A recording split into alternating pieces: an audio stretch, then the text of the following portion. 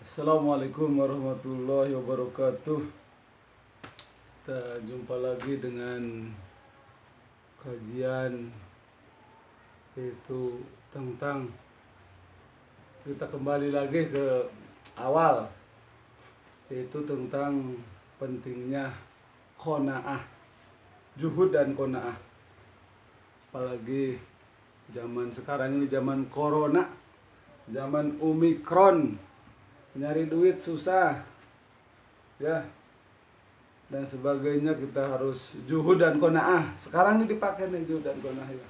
Kita akan baca salah satu hadisnya. Assalamualaikum warahmatullahi wabarakatuh. Alhamdulillahirabbil alamin wa bihi nasta'inu ala umri dunya wa din.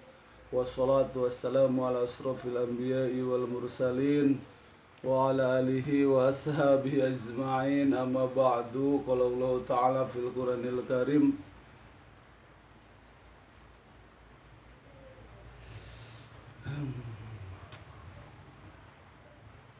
aduh ya Allah, laqad kana lakum fi rasulillahi uswatun hasanah.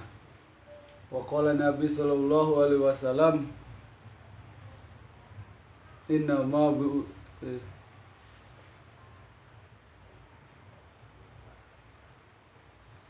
Inama amalu biniat. Inama amalu biniat. Bismillah. Yang bisa saja kita ya. Ini kita akan baca hadis baginda Rasulullah Sallallahu Alaihi Wasallam. Itu dengan judul juhud dan qanaah, yang harus kita praktekkan ya di zaman sekarang nih. Ya, sampai kapan lah kita juhud dan qanaah kita, walaupun kita ada, kita belajar juhud dan qanaah.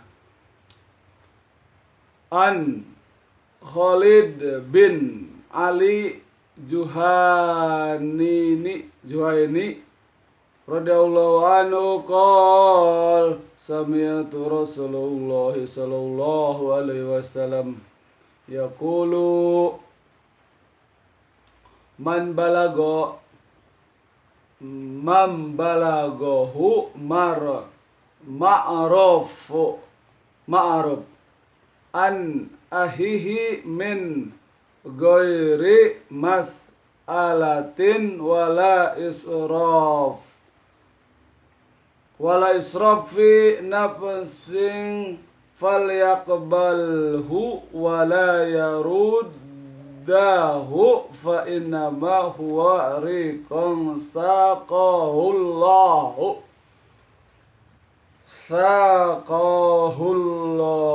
azza wa jalla ilaih. Khalid bin Ali al-Juhani radhiyallahu anhu berkata bahwa ia mendengar Rasulullah sallallahu alaihi wasallam bersabda, barang siapa yang diberi sesuatu oleh seseorang tanpa meminta, diberi sesuatu oleh seseorang tanpa kita meminta, Masya Allah, tanpa meminta, beri tanpa meminta, dan mengharap, tanpa meminta dan mengharap, sebelumnya hendaknya jangan menolak pemberian itu. Pemberian itu merupakan rezeki dari Allah Subhanahu wa taala yang telah diberikan kepadanya. Hadis riwayat Ahmad, Ibnu Hibban, Hakim. Diulang ya hadisnya ya, diulang lagi hadisnya, oke? Khalid bin Ali al-Juhaini radhiyallahu anhu berkata bahwa ia mendengar Rasulullah sallallahu alaihi wasallam bersabda, barang siapa yang diberi sesuatu oleh seseorang tanpa meminta dan mengharap sebelumnya, hendaknya jangan menolak pemberian itu. Pemberian itu merupakan rezeki dari Allah Subhanahu wa taala yang telah diberikan kepadanya. Hadis riwayat Ahmad, Ibnu Hibban. Jadi ya, kepada orang yang memberikan sesuatu kepada kita tanpa kita meminta, ambil saja. Uang, ambil. Memberikan uang 100 juta, ambil. Memberikan uang 10 juta, ambil. tanpa kita meminta dan mengharap, maka itu rezeki dari Allah Subhanahu wa taala. Mudah-mudahan kita suka ada yang memberi ya. Masalah mengharap nih. Mengharap kepada Allah nggak apa-apa. Kita mengharap, ya Allah, Allah, kita nih butuh sesuatu ya. Butuh uang, butuh istri ya. Butuh lah kebutuhan di dunia aja apa gitu ya. Kebutuhan-kebutuhan yang buat kita di dunia gitu, keperluan-keperluan buat di dunia kita meminta kepada Allah, mengharap kepada Allah. Nanti Allah berikan lewat siapa saja. Asal kita jangan mengharap kepada makhluk ya. Jangan mengharap kepada selain Allah Subhanahu wa taala. Jangan meminta juga sama siapapun, jangan. Hanya kepada Allah Subhanahu wa taala memintanya. Keterangan. Banyak sekali riwayat yang menyatakan bahwa apabila diberi sesuatu hadiah tanpa meminta dan mengharap sebelumnya, sebaiknya hadiah tersebut diterima, karena menolaknya sama halnya dengan mengkufuri nikmat Allah Subhanahu wa taala. Jadi kalau kita menolak pemberian siapa saja yang kita tidak meminta dan mengharap, maka kita sama saja dengan mengkufuri nikmat Allah. Maka terimalah, lumayan. Masa kita orang memberi nggak diterima ya, apalagi memberinya uang, apalagi memberinya makanan yang enak gitu ya. Jangan yang racun. Kalau memberinya racun jangan. Apalagi memberikan kendaraan, memberikan apalah, anaknya diberikan yang cantik gitu ya. Memberikan, jadi ini anak saya nih nikahin aja sama kamu, wah itu harus diterima itu kalau cantik. Nih kamu nggak punya kendaraan, ini kendaraan pakai aja sama kamu, nah itu terima saja, tapi jangan mengharap dan meminta ya. Belajarlah jangan mengharap dan meminta. Tapi kalau ada yang memberi, kita ambil rezeki dari Allah Subhanahu wa taala.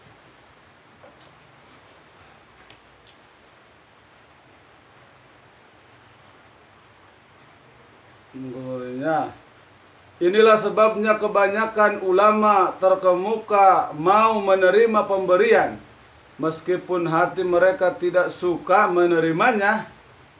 Ibnu Umar radhiyallahu anhu berkata, pada suatu ketika Rasulullah sallallahu alaihi wasallam memberi sesuatu kepada saya.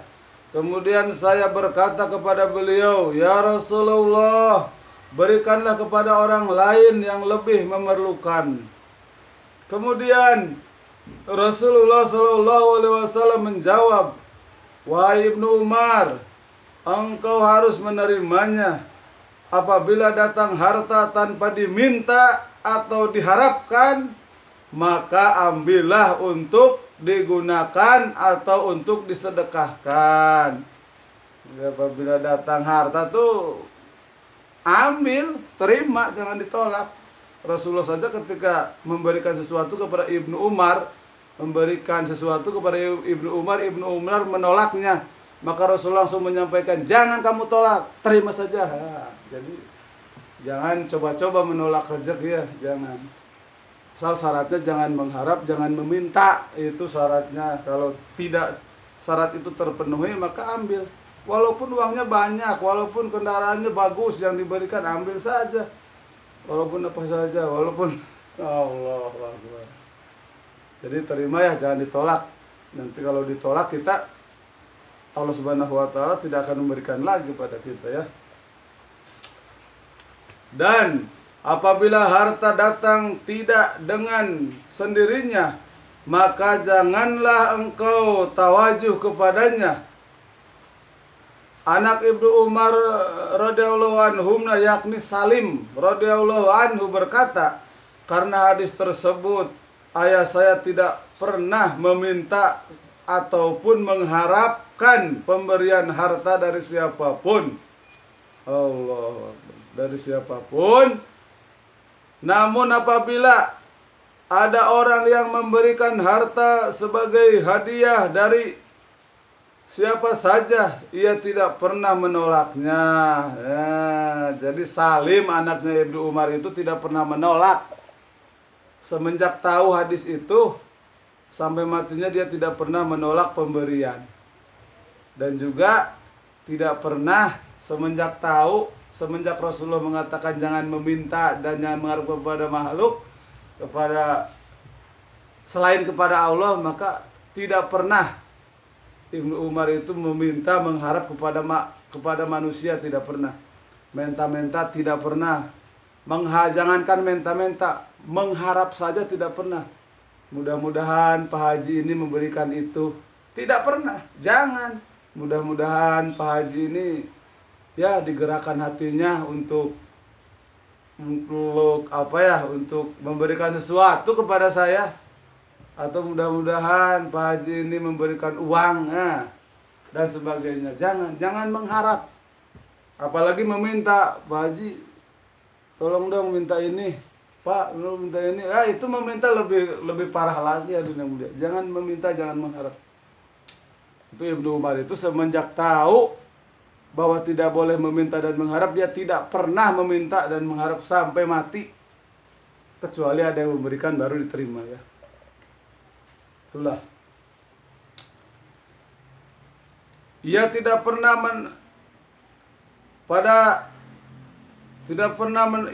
pernah menolaknya. Kisah semacam ini juga terjadi pada Umar radhiyallahu anhu. Pada suatu ketika Rasulullah SAW pernah memberi sesuatu kepada Umar radhiyallahu anhu, namun ia mengembalikannya barang tersebut. Kemudian Rasulullah SAW bertanya, mengapa barang ini engkau kembalikan, wahai Umar? Umar radhiyallahu anhu berkata, engkau sendiri yang menasehati saya bahwa yang paling baik adalah tidak mengambil apapun dari siapapun.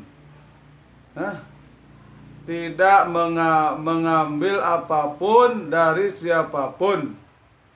Mendengar jawaban Umar radhiyallahu anhu tersebut, Rasulullah SAW menerangkan, maksudku adalah hendaknya engkau tidak meminta.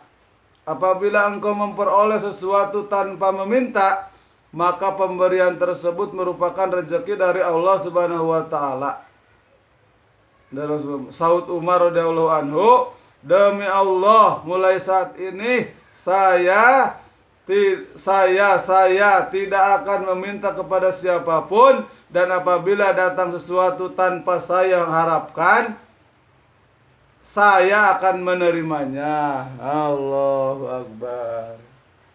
Jadi Umar radhiyallahu anhu, itu awalnya dia tidak suka menerima, tapi ketika Rasulullah katakan terima saja kalau kalau memang kamu tidak rezeki itu bukan dari harapan kamu tuh, maka sama saja dengan menolak rezeki, maka diterima oleh Umar. Umar tidak pernah mengharap, tidak pernah meminta, tapi kalau ada yang ngasih, maka diterima oleh Umar radhiyallahu anhu.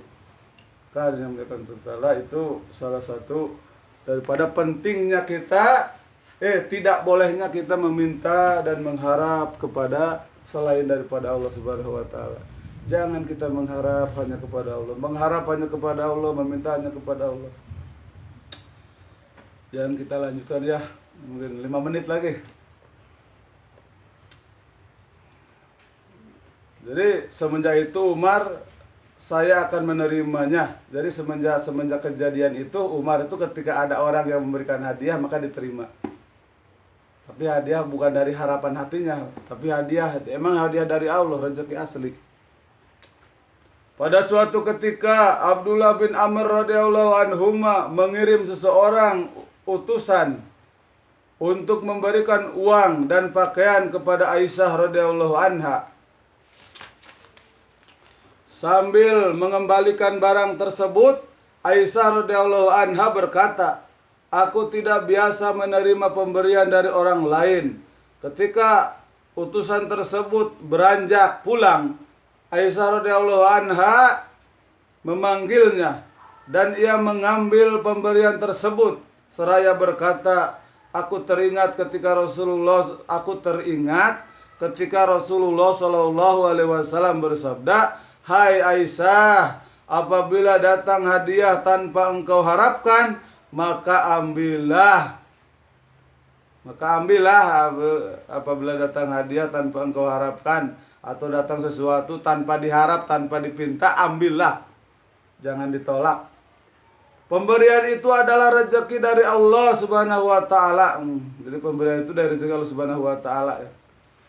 Langsung melewati makhluknya yang diberikan kepadamu, yang diberikan.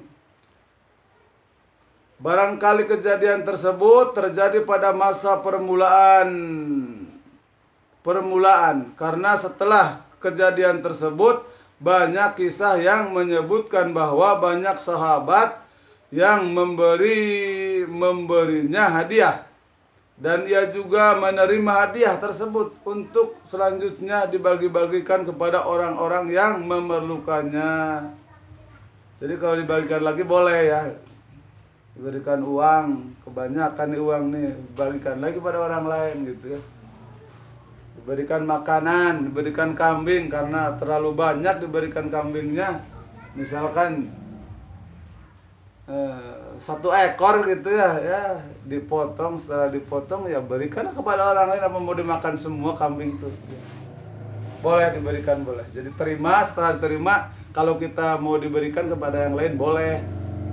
Asal jangan ditolak saja, diterima saja. Setelah itu baru kita berikan kepada orang yang membutuhkan atau kepada orang-orang yang suka barang tersebut. Dan kita itu jangan memberikan sesuatu yang orang lain tidak suka ya. Berikan yang kira-kira orang lain suka. Begitulah kira-kiranya. Kita beri orang lain, kita memberi juga ya. Jangan sampai kita ini diberi sama orang lain, kita malah nggak mau memberi orang lain. Seperti saya, Allahu Akbar ya. Masya Allah, kita maunya diberi saja, tapi tidak mau memberi. Ini namanya orang yang kikir ya. Allahu Akbar. Memberi diberikan, diberi mau, memberi tidak mau. Allahu Akbar. Orang yang kikir, orang yang bahil ya. Mudah-mudahan kita tidak termasuk orang yang kikir dan bahil ya. Supaya kita ini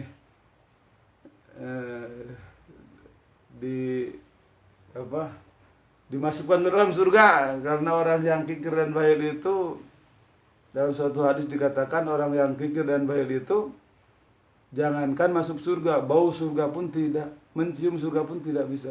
Allahu Akbar. Mudah-mudahan kita berdoa, ya Allah, jangan jadikan aku ini orang yang kikir dan bahil, jadikanlah aku ini orang yang baik, orang yang dermawan ya. Allahu Akbar. Ya Allah ya Rabbi. Allahu Akbar.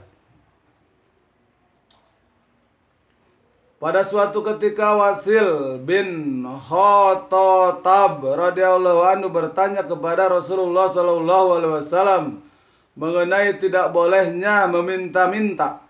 Rasulullah sallallahu alaihi wasallam menjawab, "Ya, aku pernah mengatakan tentang meminta. Akan tetapi apabila harta datang tanpa diminta, maka terimalah harta tersebut. Karena harta tersebut adalah rezeki dari Allah Subhanahu wa taala." Abu Hurairah radhiyallahu anhu berkata bahwa Rasulullah sallallahu alaihi wasallam bersabda, barang siapa diberi harta tanpa memintanya, diberi harta tanpa memintanya, maka terimalah harta tersebut. Itu adalah rezeki dari Allah Subhanahu wa taala.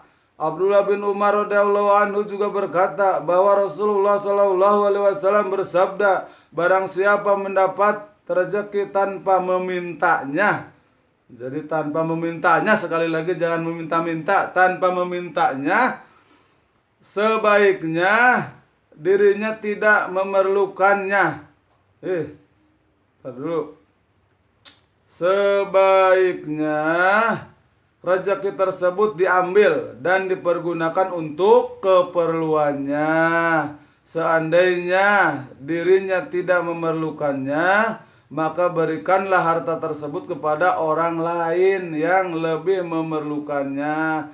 Jadi boleh diberikan lagi kepada orang lain ya, kalau kebanyakan ya. Kalau kita ini sudah cukup, kita sudah kaya nih, misalkan duit ada, rumah ada, istri ada, anak ada, sudah komplit. Ada orang yang memberikan sesuatu yang sudah ada pada diri kita.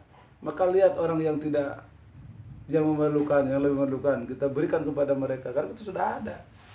Kita itu sudah dikumpul-kumpulkan biar banyak lah udah. Nanti buat apa kita mati ditinggal juga. Allahu Akbar. Jadi inilah ya, berikanlah kepada yang lainnya. Kalau kita memang cukup berikan, jangan ditumpuk-tumpuk. Jangan sampai kita itu menumpuk-numpuk harta ya. Allahu Akbar. Apalagi numpuk-numpuk harta hasil pemberian. Kalau hasil usaha sih nggak tahu ya. Kalau ini hasil pemberian diberikan sama orang lain, tumpuk-tumpuk sama kita. Nanti orang lain ya. Ya kita lanjut. Ntar dulu ya. Abdullah putra Imam Ahmad radhiyallahu rahmatullahi bertanya kepada ayahnya, apakah yang dimaksud mengharap itu? Imam Ahmad radhiyallahu rahmatullahi menjawab, apabila di dalam hati kita terdapat perasaan mudah-mudahan fulan memberikan sesuatu, mengirim sesuatu kepadaku. Itu. Yang tidak boleh apa yang mengharap itu, apa contohnya mengharap tuh gitu, seperti itu. Jadi ketika kita berharap mudah-mudahan nih Pak Haji, mudah-mudahan nih tetangga ini habis ini ya kita kebagian lah. Itu contohnya, contoh kecil ya. Jadi sini tuh contoh-contoh seperti itu. Itu contoh kecil. Nah. Tadi Abdullah putra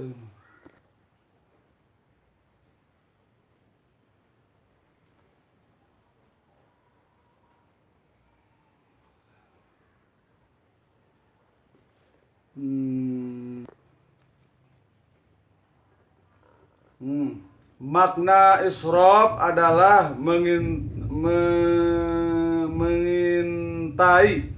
dan makna israfun ialah nafsu yang selalu mengintai.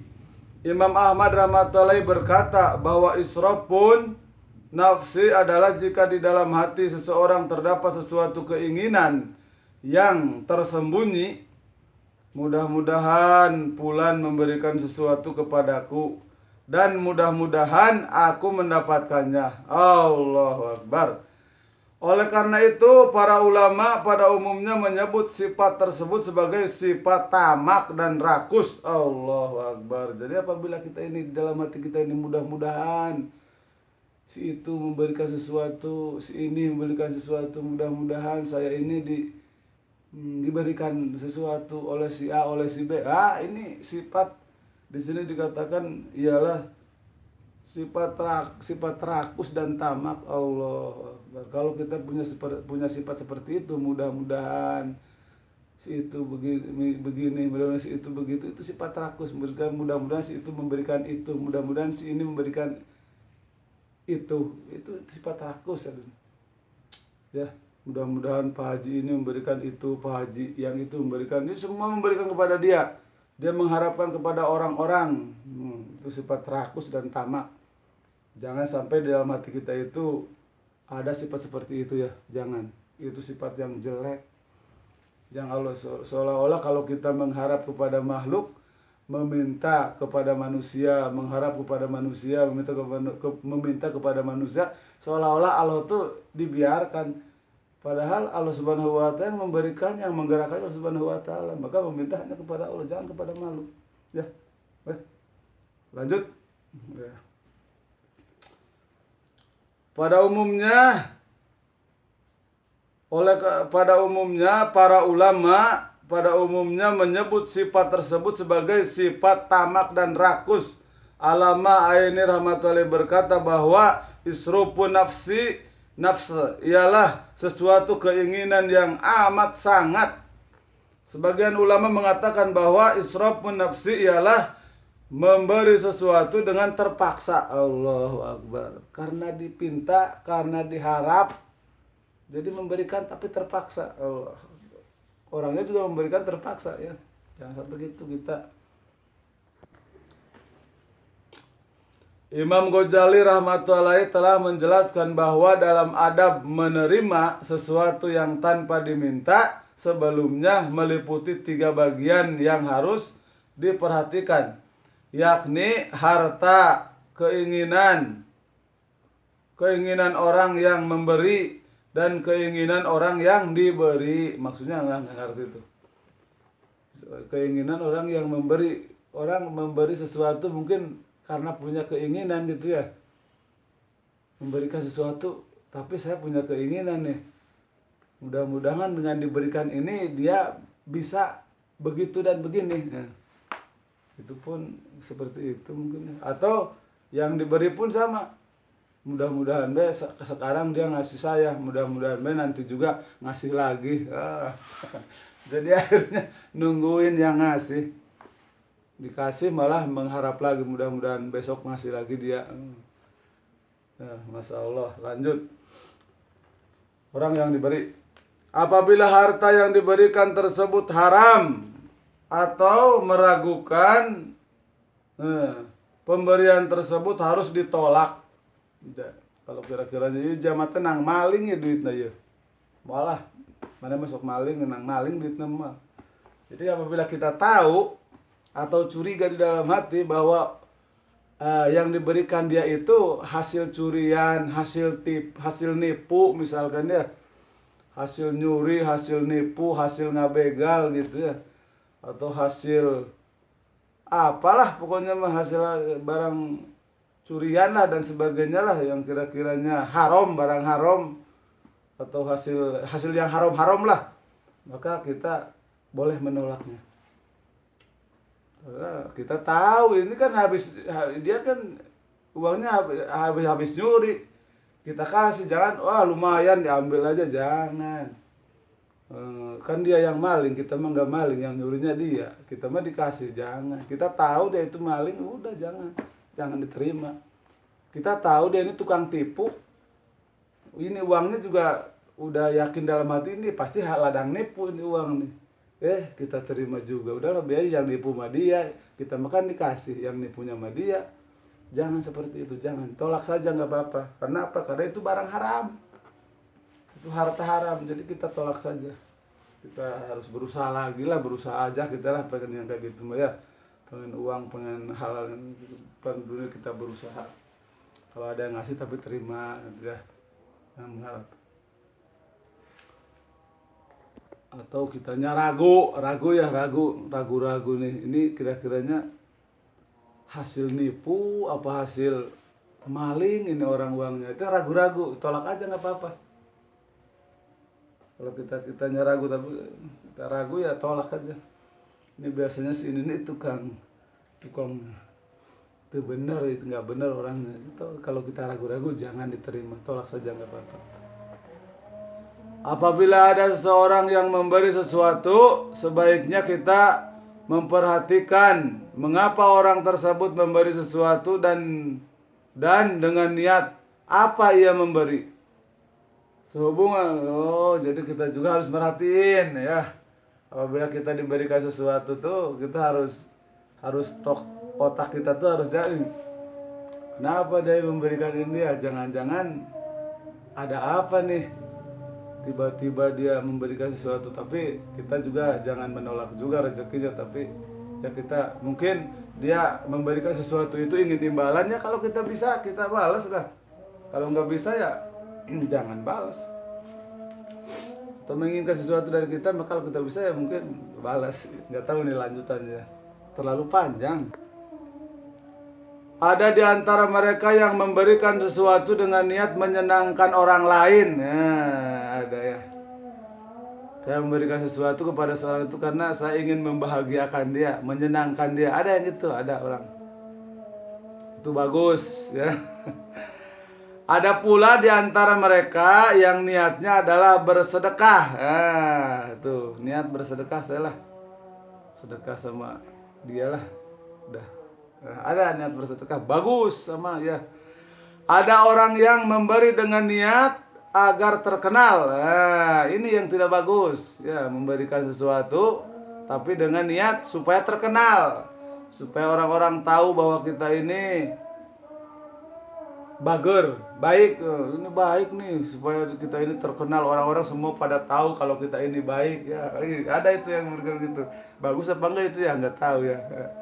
Tapi niatnya supaya terkenal dia, niatnya bukan. Kalau tadi makan niatnya ingin menyenangkan, memberikan sesuatu karena ingin menyenangkan. Ada juga yang memberikan sesuatu itu bersedekah, saya niatnya sedekah. Nah, itu bagus. Niat menyenangkan orang lain bagus, tapi ini niat ingin terkenal, ini nggak tahu nih. Lanjut ya baca lagi. Tanggung. Ada orang yang memberi dengan niat agar menjadi contoh dan ada pula orang yang memberi dengan niat buruk sebagaimana akan dijelaskan dalam hadis berikutnya. Ada orang yang niat ya, saya memberikan sesuatu itu memberikan contoh gitu. Ya aing teh bager nih, saya tuh baik tuh. Kasih tuh kamu tuh ikutin saya dong. Ya. Jadi niatnya dakwah ya. Niatnya dakwah ya, jangan lupa niatnya dakwah. Ya, susah nih. Memberikan sesuatu itu dengan niat memberikan contoh kepada orang lain. Saya ini juga ini saya niat. Saya aja yang segini bisa memberi. Kenapa Anda tidak bisa?